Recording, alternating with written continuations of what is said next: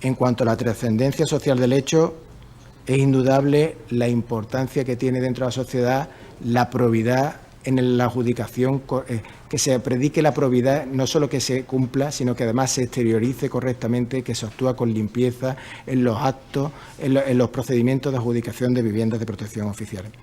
En cuanto a la intensidad de los indicios, son más que suficientes los que valoró la instructora. Tenía una importantísima documentación aportada, tenía numerosas declaraciones incriminatorias y además contaba, como hemos dicho al principio, con una serie de medidas menos gravosas que le sirvieron para apoyar este segundo grupo de autos que adoptaban medidas de mayor injerencia en derechos fundamentales.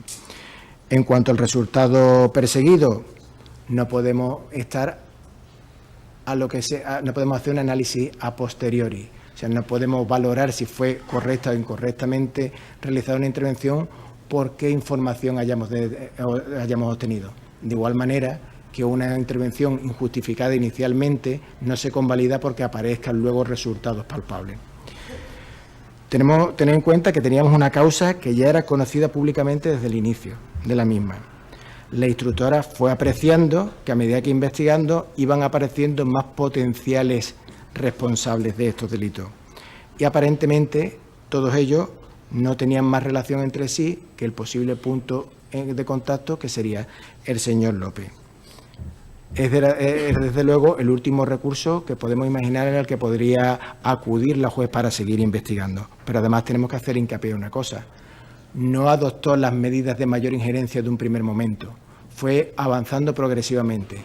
Fue optando por unas medidas que suponían una incidencia menor, que eran en comunicaciones pasadas y ni siquiera su contenido, vaya de que realmente no se puede obtener de esas comunicaciones pasadas, y fue avanzando hasta ver cada medida más gravosas.